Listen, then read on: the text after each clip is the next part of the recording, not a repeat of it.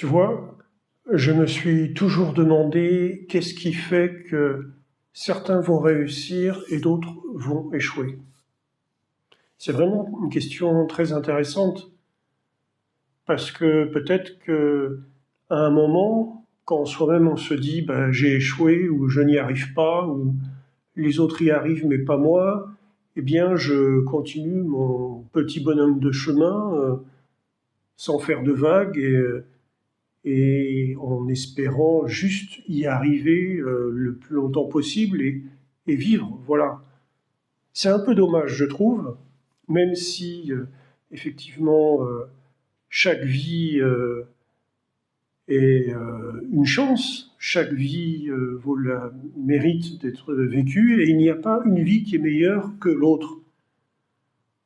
Chacun son parcours, chacun son histoire, et bref, il est important de ne pas se sous-estimer, de ne pas se dévaloriser par rapport à d'autres, peut-être qui sont devenus millionnaires, multimillionnaires, milliardaires, qui ont réussi à écrire des livres, qui ont écrit de la musique, qui ont publié des vidéos, qui ont fait des films, qui ont fait plein de choses qui sont très visibles et on peut croire qu'effectivement ils ont tout réussi dans leur vie. Mais parfois, il arrive que, en grattant un peu, eh ben, ces personnes qui sont connues eh bien, traversent des périodes difficiles où finalement, dans leur vie privée, eh bien, ce n'est pas si rose que ça. Donc voilà, tu vois, il faut se méfier des apparences. Et même si moi, personnellement, j'ai une vie tout à fait banale, puisque voilà, j'étais salarié, je suis passé consultant à mon compte, je continue d'être consultant à mon compte, j'investis, j'ai des affaires en parallèle qui me permettent effectivement d'être plus à l'aise. Je me dis, mais je suis quand même obligé de travailler, je suis quand même obligé de fournir un service. Puisque d'autres, je les vois sur Internet, et il me semble qu'ils ont réussi, soit dans l'immobilier, soit dans la finance, dans la bourse, et qu'ils n'ont même plus besoin de travailler. Ils sont là à gérer leurs affaires. Alors, je ne dis pas que c'est impossible, et je ne dis pas non plus qu'il faut abandonner. Mais voyez-vous, où tu vois, eh bien, tout le monde n'y arrive pas en fait. Voilà, tout simplement. Pourquoi? Il y a sûrement de multiples facteurs, mais tout le monde n'y arrive pas. Et ce n'est pas pour ça, encore une fois, qu'il faut se dire bah, j'ai raté ma vie, je n'y suis pas arrivé. Et j'y suis arrivé. J'ai un travail, j'ai un métier, j'ai une histoire et j'en suis fier. J'ai réussi à construire ma famille. Et maintenant, j'essaye de transmettre mon savoir. J'essaye de progresser dans mes investissements. J'essaye d'être créatif. J'essaye toujours d'apprendre. Parce que les opportunités, elles arrivent si on sait les provoquer aussi. Donc il est important d'être toujours en mouvement. De ne pas se dire, bah, les autres, ils y sont arrivés, pas moi. J'ai juste réussi une petite vie et puis c'est tout. Alors je regarde mes vidéos le soir, je regarde mon abonnement cinéma le soir et puis c'est tout.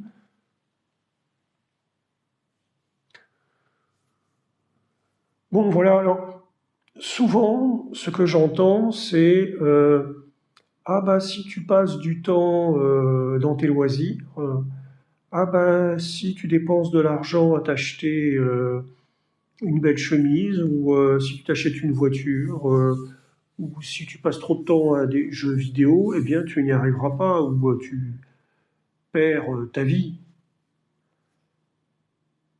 Attention au discours extrémiste, et attention à ce côté euh, justo-boutiste. Chacun a le droit de s'acheter une voiture. Si moi j'aime bien avoir une voiture, je peux m'acheter une voiture. Si j'ai envie de m'acheter des belles chaussures, je peux m'acheter des belles chaussures. Sinon, à quoi ça sert aussi de gagner de l'argent? À quoi ça sert aussi de travailler? C'est comme l'investissement. On parle d'investissement en boule de neige qui, au fur et à mesure du temps, eh ben, rapporte beaucoup d'argent. Au bout de 20 ans, 30 ans, 40 ans, voire 50 ans, on est quasiment assuré au bout de 50 ans d'être millionnaire, voire multimillionnaire, en achetant des ETF, voire en achetant des actions. Et donc si on attend, si on ne fait rien du tout à part économiser et investir, eh bien on devient multimillionnaire.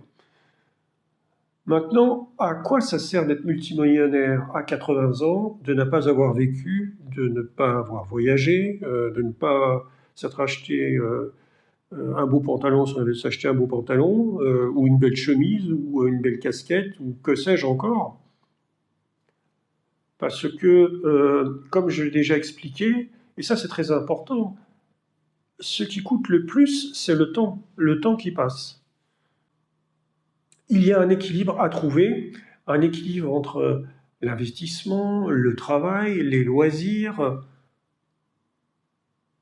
Pourquoi? Parce que à un moment ou à un autre, eh bien, il faut dégonfler, il faut pouvoir se faire plaisir, il faut pouvoir avancer comme ça par petits bouts.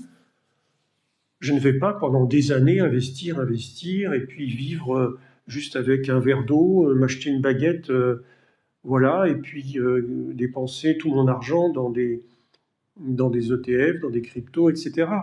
Alors, bien sûr qu'il faut le faire, bien sûr qu'il faut investir, mais au bout d'un certain temps, il faut quand même penser à soi et il faut quand même se faire plaisir. Parce que s'il n'y a pas un moment ou un autre, un instant de plaisir, eh bien, on peut se dire, bah ouais, mais qu'est-ce que je fais? Et vous imaginez si vous perdez tous vos investissements? Si d'un seul coup, les crypto-monnaies s'écroulent, si d'un seul coup, votre investissement, votre immeuble part en fumée, vous voyez, vous aurez mis plein d'années, plein de temps à construire, et puis d'un seul coup, tout part en fumée, ou dans un déluge d'eau, ou dans un tremblement de terre, ou dans les bourses qui s'écroulent. Donc voilà, il faut être content de soi-même et de son parcours pour pouvoir après continuer, trouver de l'énergie et progresser, bien sûr. Quand je dis progresser, on peut progresser à 20 ans, à 18 ans, à 30 ans, à 40 ans, à 50 ans, tout le temps en fait. Tout le temps, il faut apprendre, tout le temps, il faut se remettre en question. Et imaginons une personne qui est à la retraite, qui a 70 ans, bien son objectif, par exemple, c'est de, bien sûr, de rester en bonne santé. Par exemple, d'utiliser les escaliers de temps en temps pour entraîner son cœur, pour faire des progrès, voilà, pour faire du sport. C'est avoir une vie saine, avoir des exercices peut-être pour l'esprit, pour être alerte. C'est peut-être se lever à une certaine heure le matin pour garder un rythme. On a tous comme ça des objectifs, on a tous comme ça une vision de sa vie, et il ne faut pas se dire oh ben moi j'ai tout raté, bah, je vais me contenter de cette vie-là, et puis basta, quoi. Et puis basta. Bah, non, non, non, vous pouvez, et toi tu peux y arriver aussi. Il n'y a pas de raison. D'autres y arrivent, pourquoi pas toi? Alors j'entends dire aussi, ah oui, mais en France, non, on ne peut pas y arriver, tu dois t'expatrier. Tu dois partir en Amérique du Sud, en Argentine, tu dois t'installer à Dubaï, voire même tu dois investir dans les pays de l'Est. J'ai entendu ça aussi. Alors maintenant, avec la guerre en Ukraine, je pense que ceux qui ont investi dans les pays de l'Est, ils ont peut-être un peu peur. Voilà. Après, c'est sûr, peut-être qu'il faut s'expatrier, mais est-ce que c'est vraiment la solution? Peut-être pour certains, mais il faut déjà avoir un plan, faut déjà être dans une dynamique. S'expatrier pour s'expatrier parce que partout j'entends dire ah ben la France c'est pas bien, on paye trop d'impôts, il n'y a rien, c'est l'écroulement, l'économie va mal. Alors certes l'économie va mal, certes le pays est en difficulté, certes tout se joue maintenant aux États-Unis, c'est clair, il faut pas, voilà, on peut pas tourner autour du pot. Tout se joue aux États-Unis parce qu'on est rentré dans un monde où c'est les puissances fortes qui finalement vont gagner et vont inféoder les autres petits pays.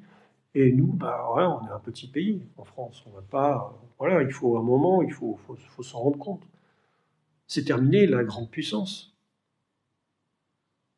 Vous savez, il y a quelques siècles, le Portugal avait une armada et était un pays conquérant qui a conquis des milliers de kilomètres carrés, qui est parti envahir le monde.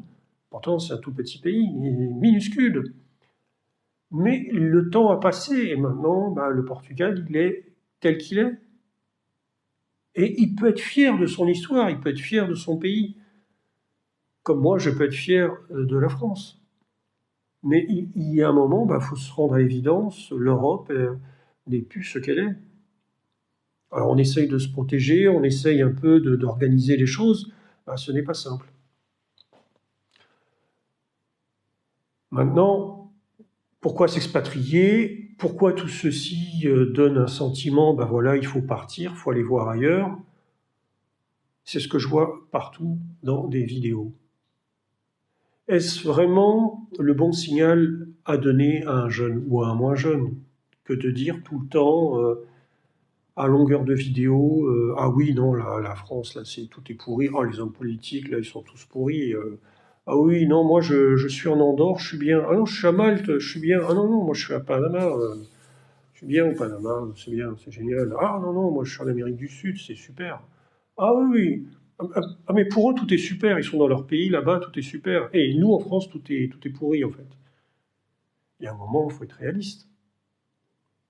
Essayez un peu de chercher des vidéos, comment s'installer en France, parce qu'il y a aussi beaucoup d'étrangers qui veulent s'installer en France, beaucoup de personnes, il ne faut pas croire, beaucoup d'Anglais s'installent en France.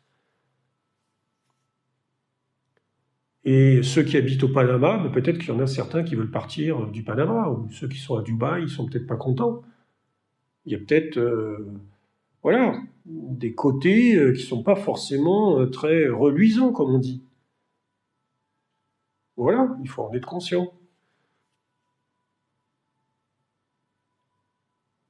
C'était mon sujet aujourd'hui, c'était on a chacun un destin, on a chacun une vie. Il ne faut pas se dire que tout est fini, que je me contente de ça parce que les autres, ils ont réussi tout ça et moi, je ne suis rien. Non, non, non. Il faut avoir des projets, il faut se mobiliser, chacun à sa manière, chacun à son échelle, et continuer. Pas se dire non plus, ah ici tout est pourri, ah oui tout est pourri, bah oui, si on commence à dire tout le monde tout est pourri, tout est pourri, c'est un peu, ça va pas, c'est pas comme ça que ça va aller. Parce que les gens qui disent tout est pourri vont dans un autre pays, vont peut-être dire aussi après tout est pourri ailleurs. Ah oui, non, ça on n'y arrive pas comme ça, on n'y arrive pas. On y arrive en trouvant de l'énergie, de la dynamique pour être créatif, créer une entreprise, créer un business. Et ça peut se faire ici, à Paris, en France, à Marseille, à Bordeaux, à Lyon, dans les dom-toms, partout. Partout où il y a des idées, partout où il y a de l'énergie, partout où il y a de la dynamique. Il n'y a pas que de la dynamique à Dubaï. C'est sûr, c'est bien, Dubaï, ça brille, etc. Mais il faut peut-être déjà avoir de l'argent.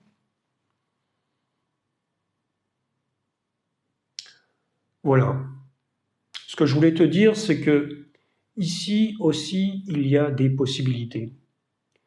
Ici aussi, il y a des moyens de réussir et de gagner. Il ne faut pas se dire, oh, voilà, tout est pourri. Il ne faut pas se dire, ma vie, voilà, elle est plate, il n'y a rien. Non, non, à n'importe quel moment de la vie, on peut se donner des objectifs, on peut se donner des challenges pour aller plus loin. Voilà. Qu'en penses-tu, toi? Est-ce qu'à un moment de ta vie, tu te dis, ah ben voilà, moi, non, ma vie est telle qu'elle et c'est tout, quoi. Ou est-ce que tu te dis, est-ce que tu te poses ta question, tu te poses les questions, j'aimerais faire plus, mais comment? Mais comment est-ce que ici tout n'est pas pourri? Non. Voilà. Actuellement, quelle est ta démarche? Où tu en es dans cette réflexion? Et peut-être nous pourrons en discuter bientôt.